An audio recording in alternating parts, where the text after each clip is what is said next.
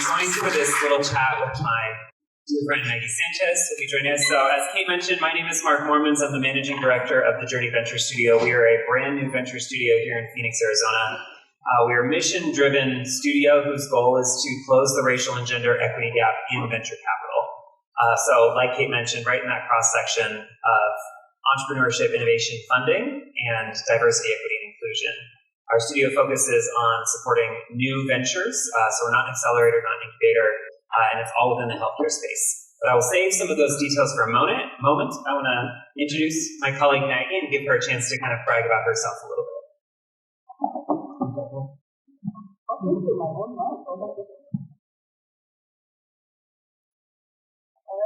Hello? Oh, yeah. Okay, don't I feel special?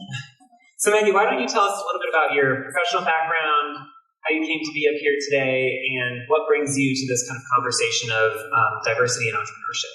Fantastic, Mark. This is one of my favorite topics. So really, I'm thrilled that you invited me to talk about a subject that is so important, I think, for our state and for really expanding access to the innovation economy for everyone. So I'm going to take a different approach today. This is a small group, and I want to be very grassroots, right? So I could start with the typical pedigree, and hopefully you'll find that compelling when I get there in a few minutes. But before starting with the pedigree, I want to share a story and give you insight into my background. I have had a very successful career, both in corporate America as well as in entrepreneurship. And my path, though, has been a challenging path. So I come from very humble beginnings. I was a kid born in the inner city. I am a woman. I am a Latina.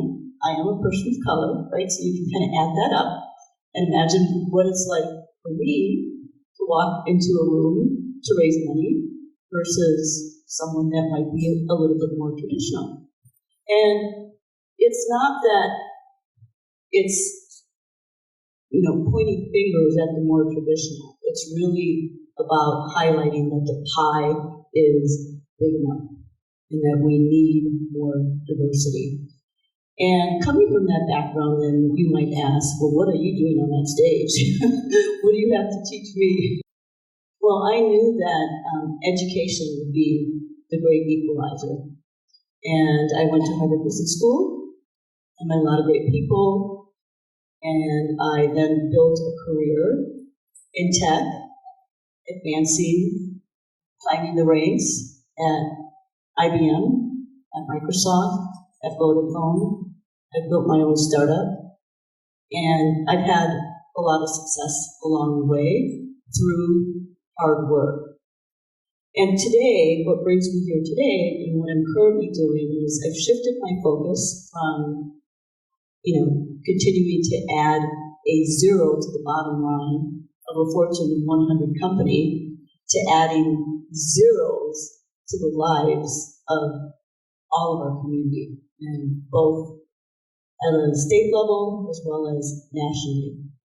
And as a part of that focus, in terms of giving back, I've gone back to my alma mater, Harvard Business School, and I'm working in DEI on a project focused on inclusion and entrepreneurship, and hosting a national education series that really talks about what are some of these structural barriers, how do founders of colors break through, and I'll say more about the research that underpins all of that in a moment. But I don't want to take up all the time on the stage. So Mark, you and I have known one another since I arrived to the state. I think we arrived roughly the same time period. And you've gone through quite a few changes over the last couple of years. You took on a very ambitious political campaign. And I said, okay, Mark, all right, I'll support you. I'll help fund you, go for it. Because we all have to go for our dream, whether it's a startup or it's political aspirations. And then you were at the ACA, at the state, and did an unbelievable job leading the Arizona Innovation Challenge. and you are now in a new role that you talked about. Is there a common thread that connects those pursuits? So first, I want to just say that entrepreneurship can take a lot of different forms. When I was working at the state level, I used to tell people that Arizona was my startup. I believe so firmly in the potential here, the community here, the power of what we are all collectively building, and I felt like one of hundreds, if not thousands, of co-founders in this startup. The same was true for a political campaign. You're putting yourself out there, you're raising money, you're getting your messaging and branding down, you're hopefully finding product market fit. And in the event of my campaign, like many, many startups, they often end in failure. And learning to kind of adjust from that and figure out what comes next. Now in this new venture, it's a combination of the two. We really want to continue to plant a flag for opportunity here in Arizona. The studios in Phoenix, we're attracting talent from all over the country to Phoenix to build with us here because we see the momentum that we're gaining, what's happening in our state, and we want to continue to build upon that. I think that throughout those, I'm a really hardcore, values-driven leader, make impact, drive towards social change. And I think whether it's politically and policy-wise, whether it's from a state economic development perspective, or now in this mission-driven studio, it's where can we adjust the levers of power? Who traditionally has sat in seats that have access to those levers of power, and how have they utilized them? And I think policy is a great mechanism for that. I think publicly funded and public agencies are a great mechanism for that. I have tried at those and succeeded sometimes and not others. And I think that the private sector and entrepreneurship and innovation is a great lever for that. And so I have very much tried to take, I know what the goal is, and that impact, value, social change, but I'm going to throw the sink at the wall in terms of what it takes to achieve that goal. Really, really excited about this new chapter within the Venture Studio because it's still tackling those same issues from a different piece. The last thing I'll mention that kind of is included and consistent with all of these and ties into our conversation around diversity and entrepreneurship is that at some point these things take courage. To do something that requires entrepreneurial grit, to take a risk, to put yourself out there, to start a new venture. And I say that not because I think I'm the most courageous in the room, but because it took me a long time to find the courage to do any one of those things. And sort of like the truth will set you free once you do it the first time and you fall flat on your face very publicly. And you wake up the next morning and you're like, I'm still here, I'm still me, I still have all my friends. You find that courage comes a lot faster the second time than the third time. And so I think as we talk about a studio model or diversity in entrepreneurship, one of the biggest humps that we have to overcome as a community to get more people into this space in the first place is to give them the encouragement and the support and the courage to go for it at all. Getting them in the pathway, in the conversation to start is oftentimes the hardest. And you'll find that once you've won them over there, even if they fall flat on their face, they'll wake up, realize that they're fine, that they still have their friends. It is so much more likely to be a founder if you've already founded something once. Maybe it wasn't a success. Getting someone to jump on the entrepreneurial train the first time is the real battle. Because as we all know in this room, you get addicted to it. And so I'm addicted to that journey now. I want to keep finding ways to push my own boundaries and be courageous, and I want to keep motivating, supporting, and empowering others to do the same. Yeah, and Mark, I'd like to just double click on a couple things. We frequently use terms like studios, accelerators, etc. Could you share with everyone what a studio is? Like, who here knows what a studio is and what the difference between a studio and an accelerator is? Yeah, so I think that would be helpful. Thank you. Okay, so trends in startups. I'm so glad we can talk about this at Phoenix Startup Week. Venture studios are relatively new to the scene, but they're gaining ground very, very quickly, and I assume, hopefully it's because of me, but you're going to be hearing about venture studios a lot more frequently. Incubators and accelerators are already sort of gray and fuzzy, the differences between them, but the most common component is that they're working with companies that already exist.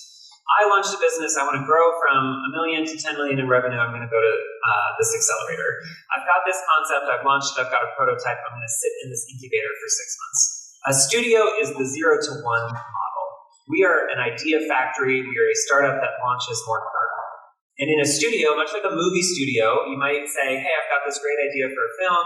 They're going to say, fantastic, here's a screenwriting coach, here's a producer, here's costume design, here's set design. And you get all of these resources around you that are required to make the film successful, all under the umbrella of a Warner Brothers or some other studio. In tech startup world, a venture studio is very similar. You come in, hey, I've got this great idea, I've got this passion around this area, and we say, great, you are the visionary, you're going to drive this forward, but we're going to throw marketing, branding, legal support over here. We're going to connect you to software development engineers that can help you build that prototype. We're going to give you funding and support to do X, Y, and Z, all under our studio umbrella. So really what it aims to do is de-risk that startup process a little bit further, because you have the resources in-house to get you a little bit down the way.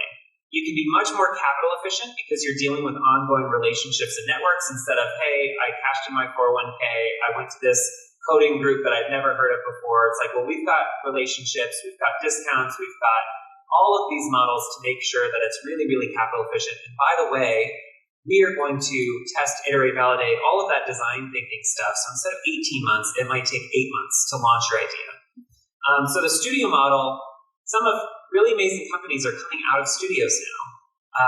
The Moderna vaccine, Moderna as a company was launched from a venture studio, a healthcare venture studio. A lot of health consumer brands are coming out of venture studios because they have all the expertise around branding. So Hims and Hers, telehealth for sort of embarrassing prescription items that you might want to order came out of a venture studio. They're all over the country, and they're starting to come here to Phoenix. So we've got Coplex, which has been here for a while, Phoenix Launch, the Journey Venture Studio, Human Agency, and more. You're going to be hearing about this model a lot more often, and each one is sort of with a different flavor on their equity allotment or cost or what services they offer or what their focus area is.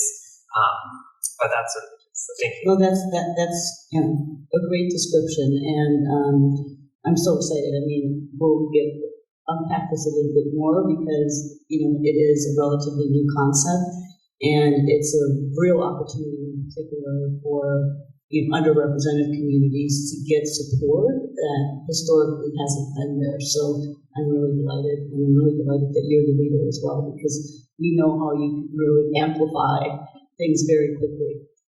Well, so talking about some of those obstacles, you've been involved in this research around diversity at the national level in partnership with Harvard Business School. What are some of the findings? What is the research showing?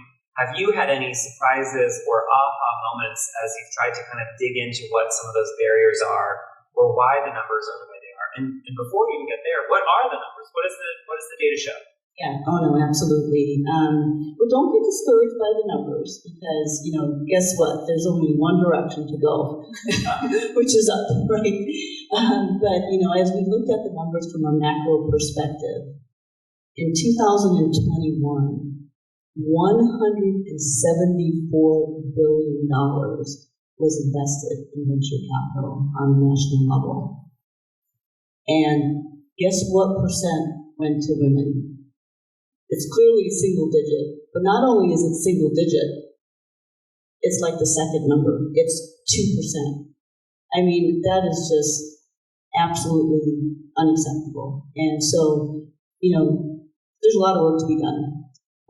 And then when you look at the intersection of women and diversity, people of color, and for example, calling out a specific demographic group, African American women, 1,000% went to Black women. I mean, it's just, we have so much work to do.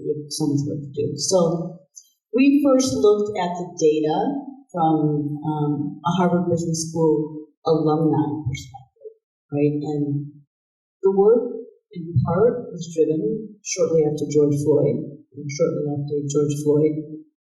It was a moment of pause, actually, for our nation and for many institutions, for many corporations, and we saw various initiatives focused on racial justice and on economic justice. And at the school, we do a survey every 3 years that's called Life and Leadership After HBS, so that we can keep a pulse on, the track record of our alumni and the needs of our alumni. And so in 2019, for the first time, we included a section on entrepreneurship. And so 251 questions was the survey. And so I worked with the data science team and the research team to sort of extract and frame the data that I thought would be useful to track and to understand. And in looking at that data, we're talking about like Harvard Business School, right? It's a relatively elite institution. And we had a couple hypotheses. We knew that outcomes would be different, from men and women, even at a Harvard Business School. But when we dug into the data and we looked at the various stages of funding, from personal money to friends and family, to networks, to angel, to venture capital, to PE, the disparity that we saw was equal, and in some cases, a bigger gap than we see at a national level. So in terms of an aha, if I were to have given you a multiple choice question, I'm not sure all of you would have answered I'm sure the majority of you would answer, oh yes, HBS does better. So what does that tell us? It tells us that even with those kinds of credentials, it still is a very, very big hill to climb. So we decided then to bring the data to life and bring testimony to the data with real people. Because at the end of the day, how many reports, how many different reports are going to tell you 2% from blah, blah, blah, blah. It's like, okay, blah, blah, blah, blah, blah, blah, blah. But I think by and large, people tend to remember personal stories better. So we created a series called The State of Inclusive Entrepreneurship. And the first episode is focused on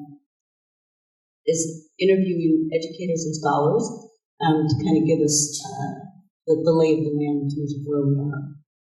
And in fact, I would encourage everyone to go to the HBS site and Google Pathways to Inclusive Entrepreneurship, and you'll have an opportunity to see the research.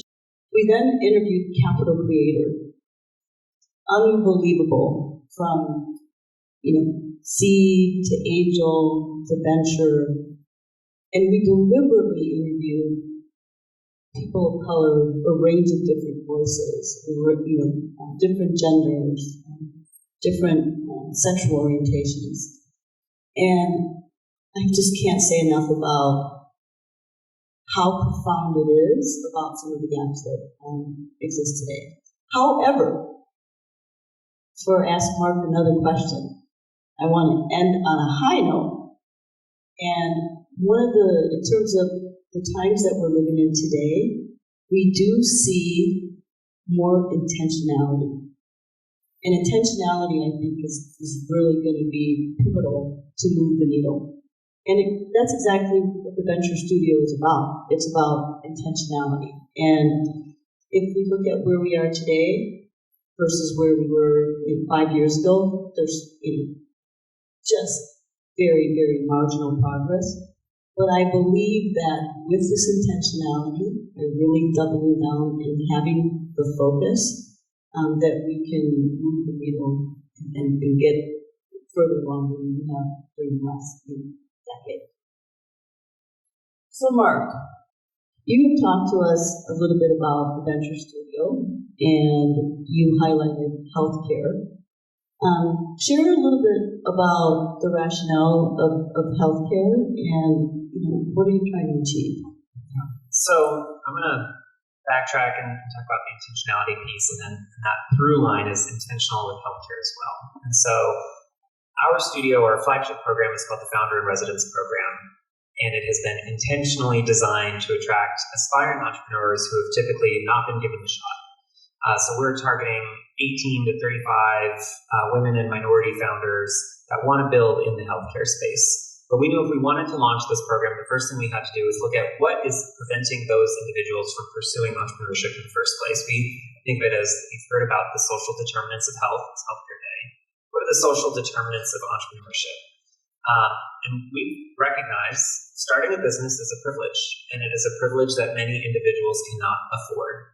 I like to say that risk aversion is directly correlated to socioeconomic status and networks. And so when we designed this program, it ended up coming out as a 6-month, $100,000 fellowship. And that $100,000 is both in-kind and direct salary wages, because why don't people go into entrepreneurship? Well, I've got student loan debt. I have to feed myself. I have to have housing. Maybe I'm taking care of intergenerational households, which is more common in diverse communities. Maybe culturally, it's not as accepted to pursue this risk path when I could be a lawyer or a doctor. And then once you've made the leap and said, that's okay, I can figure all that out, I'm going to stay with my friends, I'm going to just defer my debt. Okay, but you still need money to go and prototype something. You need money to go and build a marketing asset book. You need money to get something off the ground, which is why the average age of an entrepreneur is actually around 47 years old. Everyone thinks it's this young wonder kid, but it's hard. It's really, really hard. And so the intentionality starts at the beginning. We believe these are the barriers that are preventing people.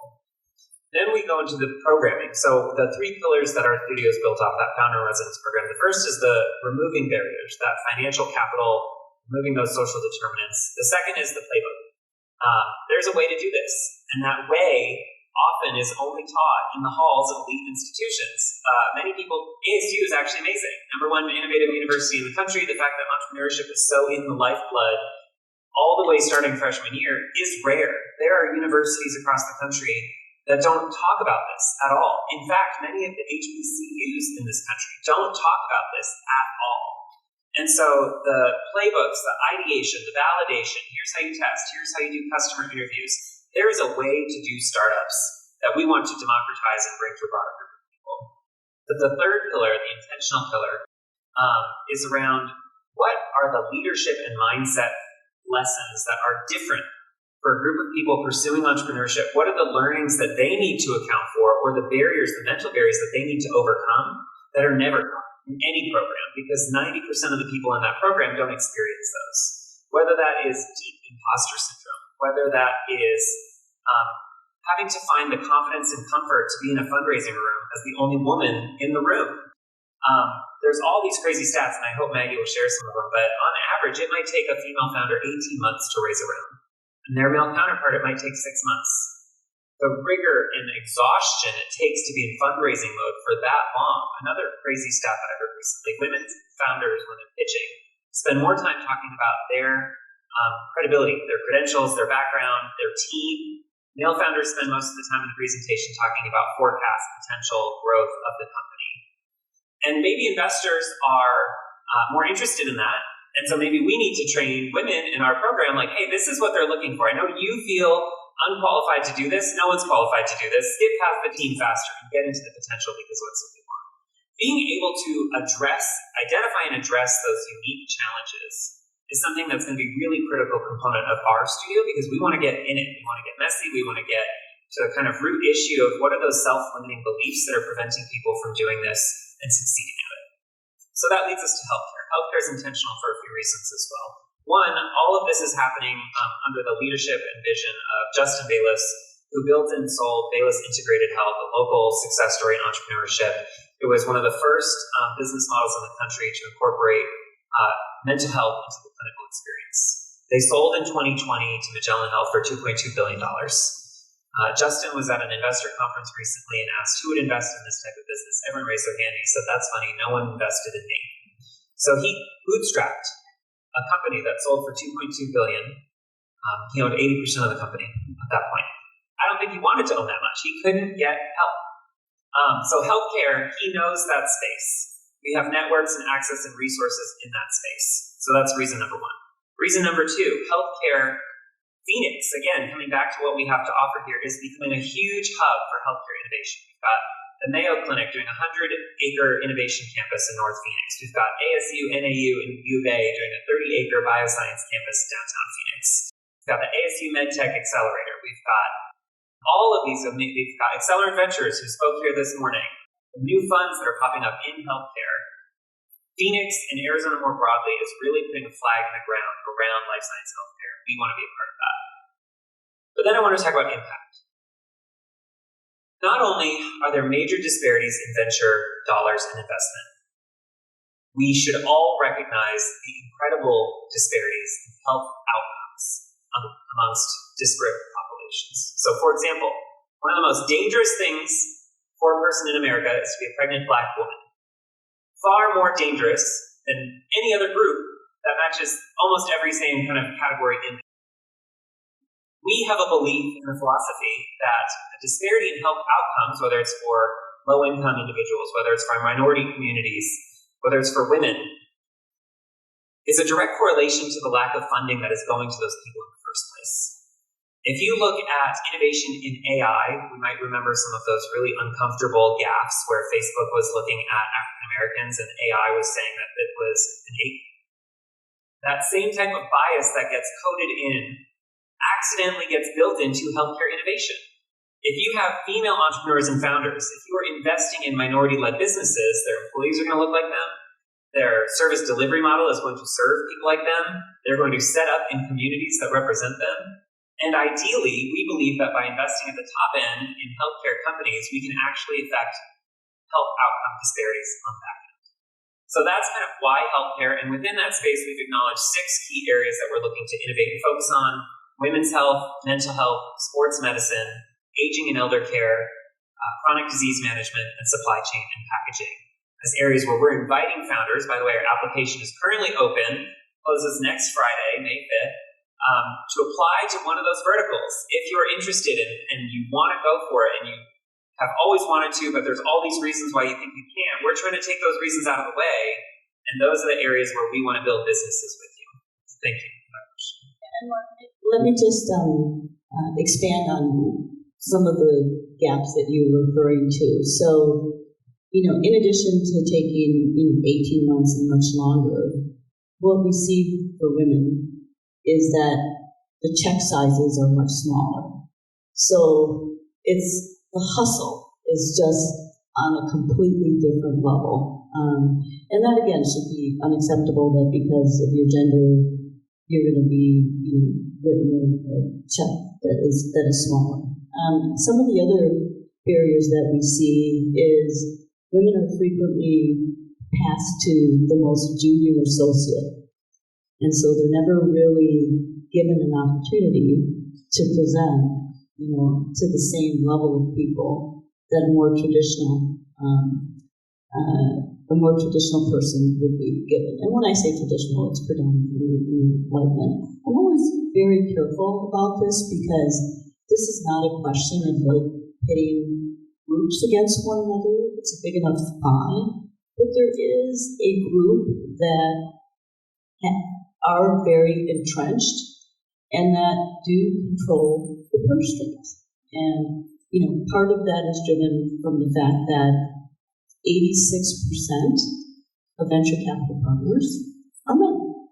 So you only have 14% of venture capital partners that are women. And clearly, when you're pitching, if you're presenting an opportunity, and if you're talking about menopause, and you're talking to someone that has no, affiliation or connection or experience with menopause, it's going to be a lot more difficult to convince that person about some of the gaps, some of the challenges, the pain points, and about the solution. So having more diverse check writers is also really, really critical. That's super helpful. Thank you. Any other barriers that you've come across that says, I know you mentioned to me one time, the research on role modeling was really interesting.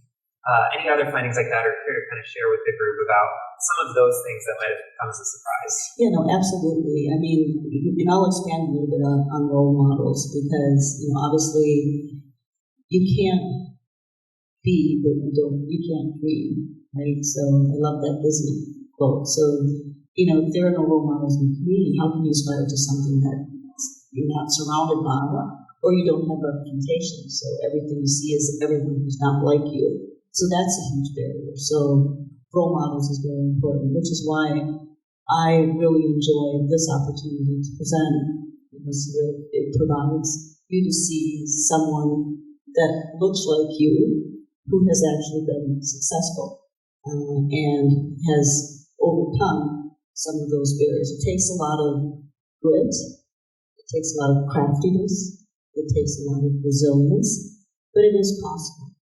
When we talk about role models and we talk about entrepreneurship, I find this very fascinating. A lot of times people say, "Oh, yeah, no, women don't have it in them, Black people don't have it in them, or no, they don't have it in them."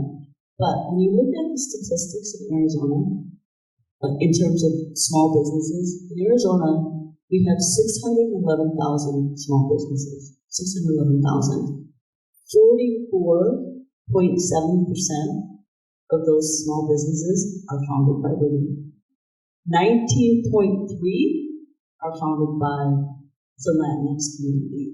So it's not that they're not entrepreneurial and that it's in their blood, because clearly those numbers demonstrate that they are entrepreneurial. However, tying the point that you said earlier about risk aversion and the financial consequences if it doesn't work, they pursue Main Street businesses because it's a more predictable business model. You open up a restaurant, you open up a shop, you open up e-commerce, you know that there's product market fit, right? You just have to deliver a good product, deliver a good service. So clearly there's a lot of entrepreneurism among the underrepresented community. And so the key for us is to really find ways to provide access and de-risk it for them, which is what Mark was talking about, as well as instilling the confidence, right? If you've been marginalized for so long, then where's that confidence going to come from? So, really focused on capacity building, developing leadership, and doing that mindset shift with the underrepresented community is very important. And on that note, so I currently have, a portfolio career. I'm CEO of my own consultancy, and I have a range of projects. I invest. I'm invested in various VC funds that are focused on women and people of color, various angel networks that are part of people of color. In fact, where Mark and I met, some EIR still am. I was there this morning for the baseline panel with the Arizona Innovation Challenge. And one of the other projects that I'm currently working on, which is very exciting, is, I don't know how many people here are familiar with the Arizona Development Corporation. Show of hands, we've got a few. Fantastic. So for those that are not familiar with it, it is something that is going to make you smile and really change the face of venture capital in our state. And so the Arizona Venture Development Corporation basically was established in August of last year. We received a grant, I don't want to get into the technicalities, but from the Treasury of triple digits, $111 million. So that's a pretty sizable pie. Yes, we need to be really, really happy about that. I mean, Arizona is clearly the place to be right now. I mean, if you think about venture capital, 2.5 years ago, there was $50 million of venture capital in the state. And today, not including the Arizona Venture Development Corporation, with all the new funds that are being established, there's $237 million. So that is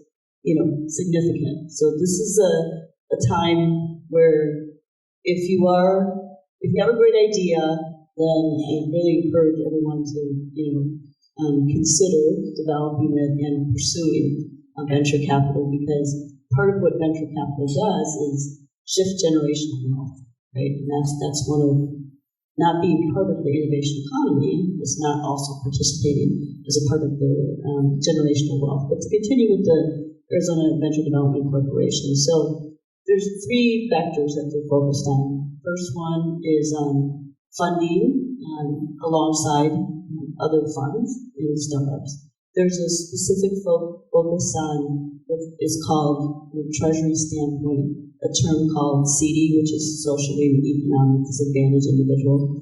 So basically, people of color,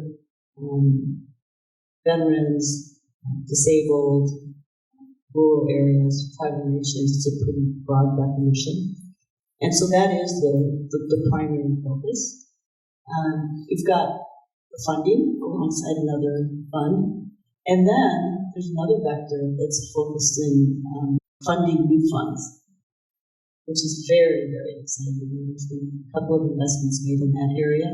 And then the third one is around loan guarantees for small businesses. And that actually has been distributed to various CDFIs across the state. So one of the things that's very interesting about having that sizable pot of money, it's like, okay, we got the money, but where are the diverse entrepreneurs to pursue venture capital? We're not seeing people lining up outside our doors. So we're creating a venture institute, which is about cultivating leadership in underrepresented communities to build capacity. And there's a flagship program called Venture Rise, which is a 12-week program. And in fact, we are launching a pilot next month. And so if anyone is interested in participating, reach out to me. The idea is that if it's not someone who already has a business to be more suitable for an accelerator or an incubator, but it's someone who is thinking about an idea or who wants to learn more about becoming an entrepreneur. And it's going to be a phenomenal 12-week program. The first module is really focused on just decodifying venture capital. I mean, it's remarkable. We're sharing with, I think, Mark earlier and a colleague. The number, as we've been pitching this program, what vice presidents or senior vice presidents of banks have asked us, are you going to have a cohort for senior professionals? It's been amazing. I mean, that is like an aha moment. It's like, this is such an exclusive club that most people don't want to ask dumb questions, especially if you're a senior person. So that's going to be the first module. It's going to be focused on venture capital. And then we're going to do immersion mentorship, where you actually have an opportunity for experiential learning and to be teamed up with a founder of color or a woman or underrepresented group and kind of know what a day in the life is like. And then we'll graduate folks into what we call a venture leader circle, where we do advocacy and supporting you to either become a founder, become a funder, or become a builder or a joiner. So that's very exciting. I wanted to make sure that I shared that with everyone today. And if you're interested, be sure to reach out to me. And we're going to go. I know this is going to be long, but believe me, we'll be building capacity and scaling. So, thank you for sharing all of that. I don't know how we're doing on time. 20 minutes. All right, great. That was the audience ask the question. Certainly. Let's get something specific. I mean, Mark and I can talk forever, but it'd be great to know what's on your mind from what we've shared, and then we'll continue to interact. But just to kind of get a pulse of the audience, I see smiles, nodding. I don't see anyone who's asleep. I have two questions. Sure. The first one is the name of the global that you were discussing with all the the Arizona Venture Development Corporation. And even though it's Arizona Venture Development Corporation, it's ABC. So, not to be confused with AZAC, yes, which is a different thing. Now you've got me on. Yeah. So then, my next question is how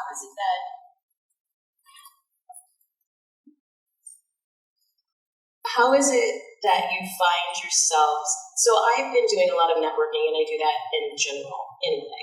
So I've been running into a lot of Latina-based nonprofits, a lot of women of color in construction, but they don't really know how to find everyone, because really and truly what it comes down to is we know that there's money out there, but if you're busy, like you said, if you're a woman, for example, and you're busy working and you're raising your kids, or you're whoever you are, your bandwidth is so big, you can Google yourself into a hole. So how is it that you're motivated? Like, how are you capturing, what's your retaining, of who you're investing in, what's your retaining?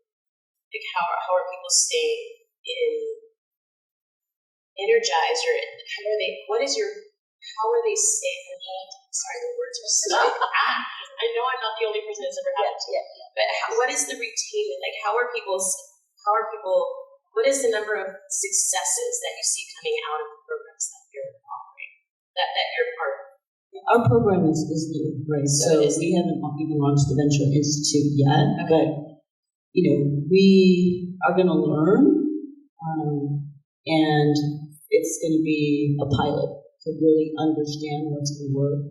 But I will highlight one thing, and it's something that I know the studio is very focused on, and we will be very focused on, is to ensure cultural competence as we deliver the content, right? Because there are fundamental differences in terms of cultures and how you engage and relate to them, and having wraparound services. So we believe that this is going to result in a higher conversion rate, because view this as, visualize a funnel, right? So that first module of Supporting Venture Capital, try to bring in as many people as possible in 3 different cohorts. We have 3 different profiles. One is university, both undergrads and grads, because we think that is a wonderful time to expose them to this pathway that they have not seen role modeled in their community. So that's going to be a cohort. In addition, we had thought young professionals as well. And it's an opportunity to, again, expose them to innovation, also drive what's called entrepreneurship, which is innovation within a corporation versus as a startup. And so that's another cohort.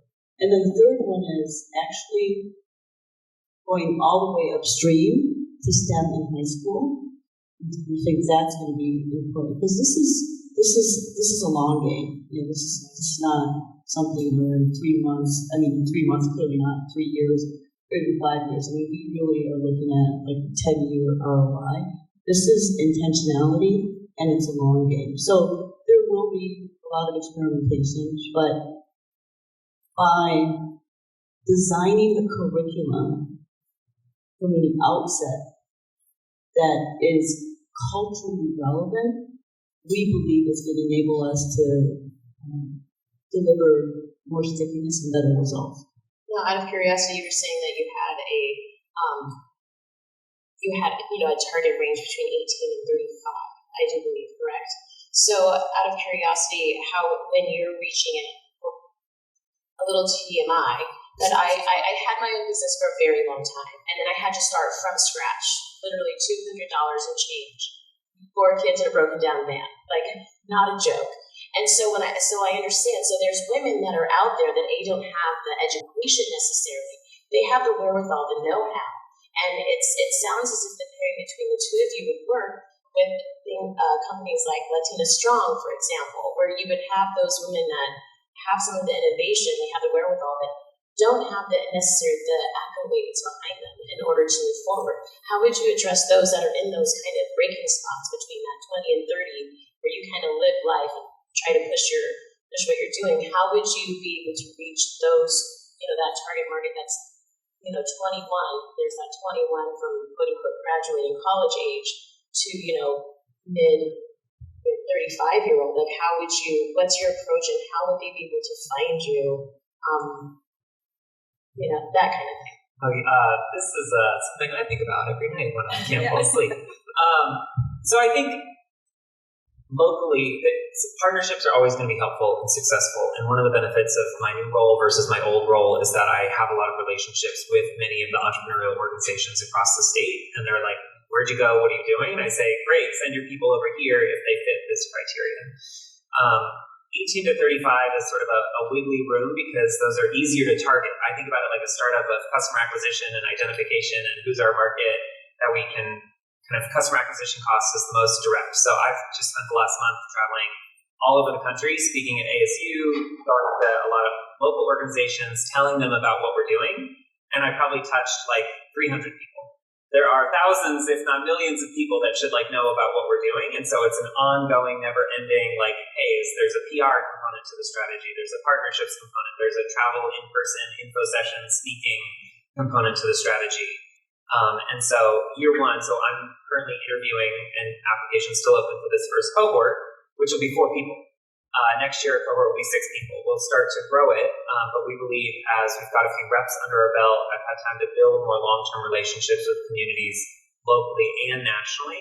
As our brand builds, our reputation builds, we'll get 300 applications for 6 slots, 1,000 applications for 6 slots. So word will get out, but then you have to worry about, are we promising something that doesn't exist? And so we want to make sure that we're going to all of those people and saying, hey, you would be perfect for this. Something else that we have found that's interesting is there's a lot of individuals that you're sort of, I think, speaking to of like, I have a business. I started with $200. I don't know if it's going anywhere. To find people, I meet all these people that are like, I have no idea what I'm doing, but I've been doing it for 2 years. Please help me. And I say, my job is to find you 2 years ago. We're thinking through programming of what's the next chapter of this to help those people that are like, I've been doing this for 2 years.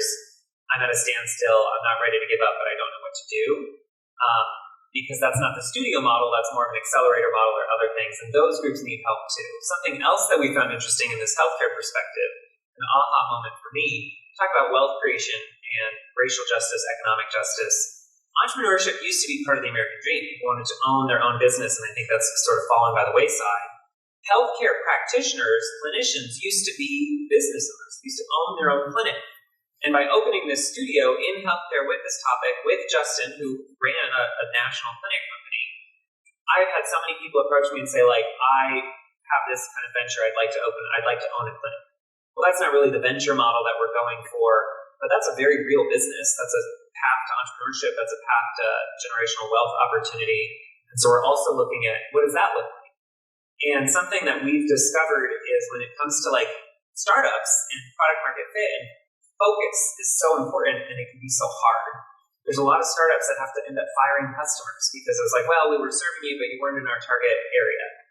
And so trying to find, and I even think about all the time, are we trying to find, talk about opportunity, are we trying to find a Harvard Business School person whose numbers are the same, if not worse, than everybody else, but in theory and on paper has access to opportunity and networks that other people do not? Or are we trying to find the people that don't even have that and say, please come into our doors, we'll give you this because you don't have options and opportunity and pathways to success? I don't know the answer to that yet.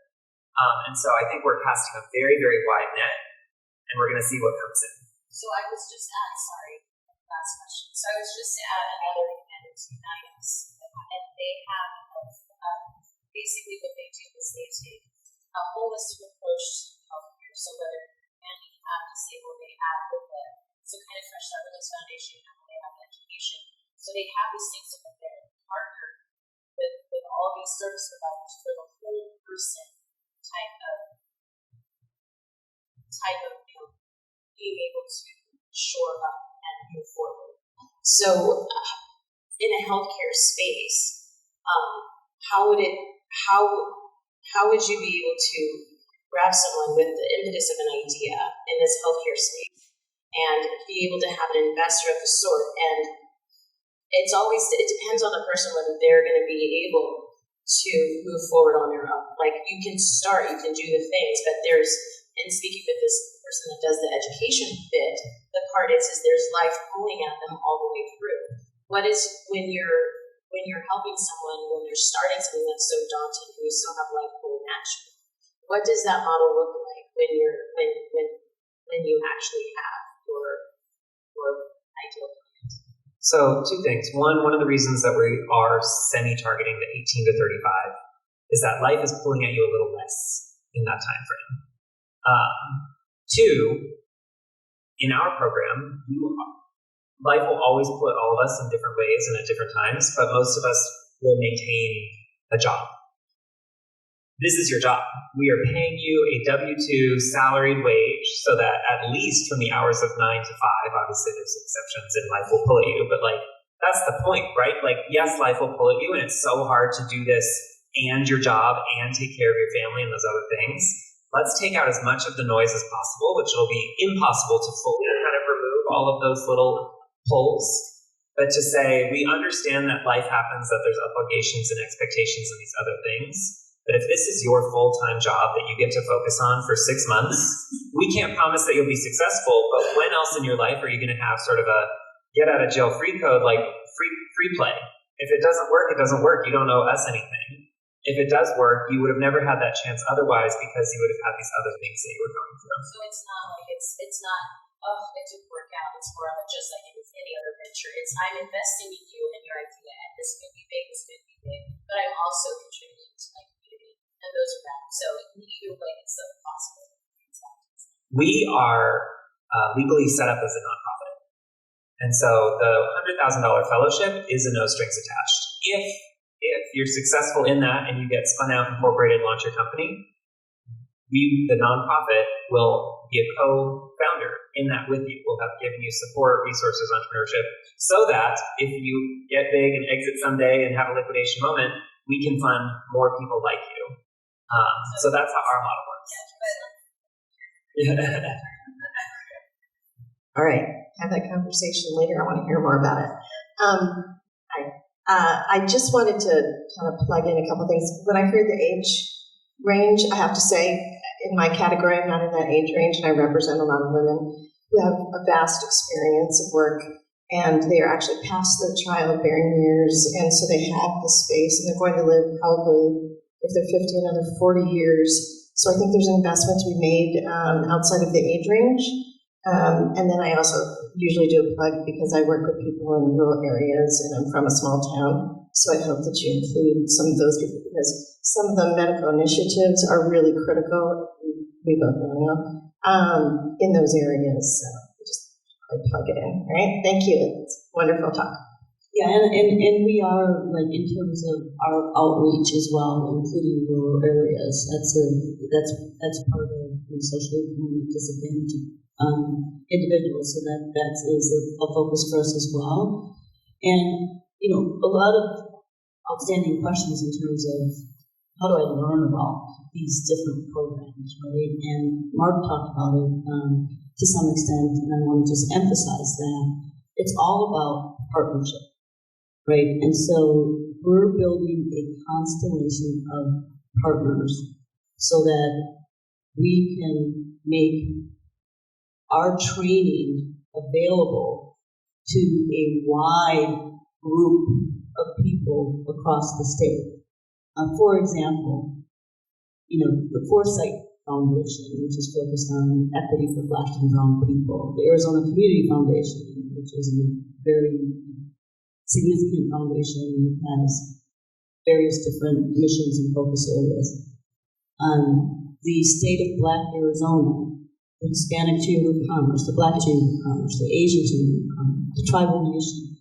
And so it's all about partnerships, and our ambition actually is to also conduct train the trainer workshops so that we can export this and have it become a pathway as a part of their leadership development that already exists today. But what we're finding is that venture capital, by and large, is not one of those pathways. So, you know, being able to expand their offerings and giving visibility to venture capital, we think that it's going to take some time, but again, committed to the long game, committed to the intentionality, committed to the talent, committed to the funding. There's a lot of very positive trends. I want to make sure that we close with a lot of optimism. If you have an idea and if it's a burning platform inside of you, explore it. Don't be afraid. Put fear aside. Put the imposter syndrome aside. You can do it. Sometimes we're our worst enemy. Believe in yourself. Have confidence. You might fall, but guess what? You'll likely still have 10 toes, 10 fingers, 2 eyes, 2 ears. And so, what's the worst that could happen? Right? So I would just really, again, put a plug for entrepreneurship, in particular venture entrepreneurship, something that potentially is tech-enabled, that can not only sustain you and your family, but create generational wealth, and enable you then to become a role model and to invest and really create that flywheel effect. Wonderful. Thank you, Maggie and Mark. Put up for Maggie and Mark.